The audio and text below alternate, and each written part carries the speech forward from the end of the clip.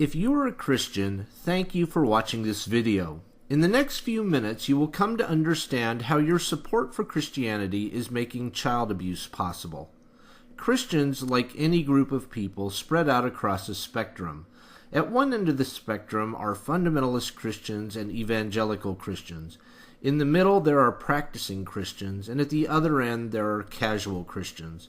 The problem is the fundamentalist Christians and the evangelical Christians. Their faith borders on insanity, and the insanity manifests itself in myriad ways, as we will see in a moment. The further problem is that the casual Christians give Christianity an overwhelming mass in our society, and therefore provide harborage for the insanity of fundamentalists and evangelicals. If you are a casual Christian, you are making this insanity possible by your support of Christianity. One aspect of fundamentalist insanity is vividly illustrated in this quote from a book by James Dobson called Dare to Discipline. If you are a casual Christian, you may have never heard of James Dobson.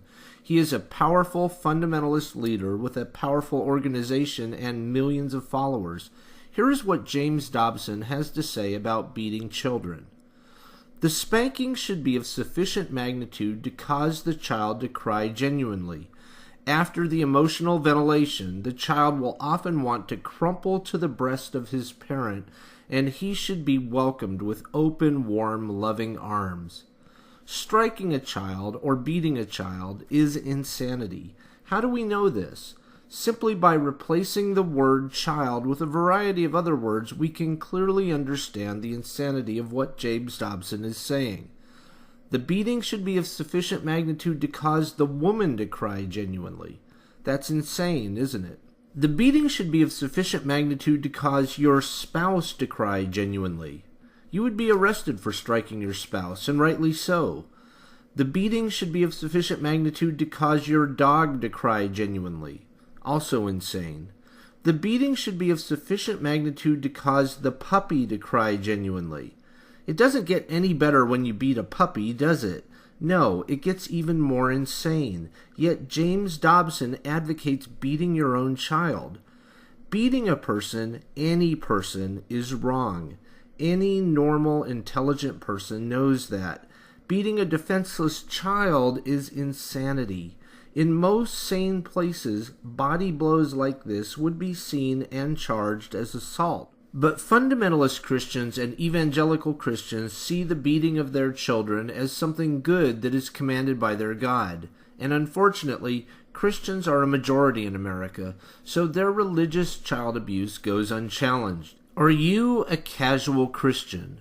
Those of us who are sane and rational beg you, please abandon the insanity of Christianity. If you will take any time at all to think about your Christian faith, you will be able to see that God is imaginary. The people who follow this imaginary God are, in many cases, quite violent, as demonstrated above. They also tend to be racist, homophobic, and anti-science. They are amazingly superstitious in many cases, to the point where it's becoming an embarrassment for our nation. Please take the time to read things like whywon'tgodhealamputees.com. Give up the delusion of religion and become a rational, thinking adult. When you and millions of casual Christians like you abandon Christianity, Christians will become a minority. The insanity of fundamentalist Christians and evangelical Christians will lose the safe harbor that you give it. Our society will be a better place, and millions of abused children will thank you. If you would like to learn more, please visit whywon'tgodhealamputees.com and godisimaginary.com. Please also watch the videos below. Thank you for your time today.